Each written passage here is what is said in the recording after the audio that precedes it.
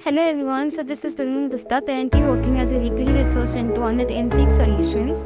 And my topic of discussion today is equity resource and investor relations, bridging the gap. Equity research and investor relations plays a very crucial role in the financial world, and their synergy is vital for bridging the gap between the companies and investors.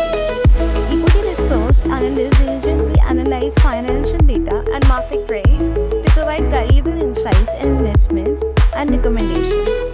On the other hand, investors relation professionals act as liaison between the company and its investors, fostering transparent communication and trust. By harmonizing these two functions, companies can better understand investor expectations and concerns, while investors gain access to comprehensive and reliable data and information to make well-informed decisions. Their collaborative approach ensures a more transparent and efficient financial ecosystem where both parties benefit from deeper understanding of each other's needs and objectives. Thank you so much, guys.